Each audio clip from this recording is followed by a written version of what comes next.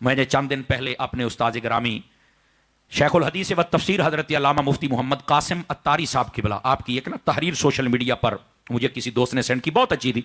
आपने दुनिया के रहने वाले तमाम तबका है जिंदगी के इंसानों से फरमाया कि तुम मौलवी क्यों नहीं बनते हो।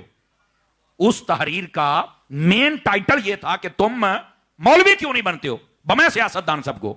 और यह जुमला तो बड़ा अजीब है, लोग तो थोड़ी सी बात हो तो मौलवियों की मुखालफत शुरू कर देते हैं, लेकिन उस्ताद साहब कहते हैं तुम मौलवी बन जाओ। कहा वो क्यों?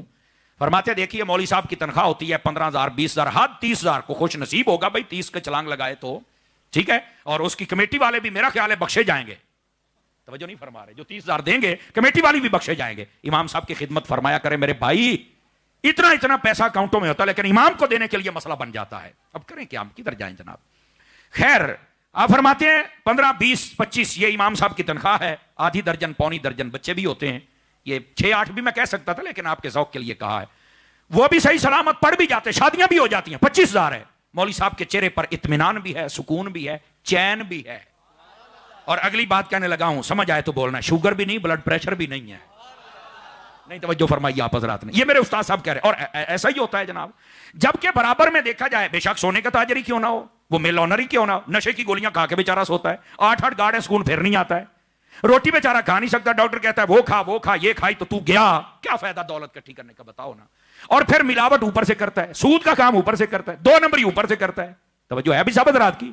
सियासतदान है तो मेरा ख्याल है जितना हमारे लिए सियासतदान लड़ रहे हैं ना, तो मेरा ख्याल है आप उनकी मिन्नत करनी चाहिए कि थोड़ा लड़ें, आप कहीं जख्मी ना हो जाएं, हमारे लिए इतनी मेहनत और स्ट्रगल कर रहे हैं आप हज़रात, कहीं ज़िबाई ना हो जाएं। नहीं तवज्जो फरमा रहे आप हज़रात। गिरामी कदर हज़रात, उस्ताद साहब फरमाने लगे क्या वजह है, जज है, वकील है, डॉक्टर है, ताजर है, मिल ऑनर है, रो रहा है, वजह क्या है? कहा वजह यह है कोई सूदी काम करता है, जिसको अल्लाह बचाए सुभान अल्लाह, वरना कोई सूदी काम करता है, कोई मिलावट वाला, कोई धंधा करता है, कोई 2 नंबरी करता है, और बाद में वो रोते हैं, परेशान होते हैं। मौलवी साहब क्यों सुकून में होते हैं? ना सूद है, ना रिश्वत है, ना धंधा है, ना 2 नंबरी है। अब आप सुभान अल्लाह मौलवी तो बोल लेना, चलो बाकियों ने तो नहीं कहना ना, क्यों जी, मौलवी तो बोल लेना कम अज कम। तो ये इसलिए सुकून में रहते हैं कि इनकी जो कमाई है उसके अंदर 2 नंबरी, मिलावट, धोखा, फ्रॉड, किसी का हक नहीं है, उसमें बरकत आ जाती है। तो मेरे उस्ताद साहब फरमाते सियासतदानो तुम भी मौलवी बन जाओ, थोड़ा खाओगे सूद से पाक तो होगा ना, हराम से मिलावट से पाक तो होगा। ताजरो मौलवी बन जाओ, सूद से पाक होगा, हराम से मिलावट से।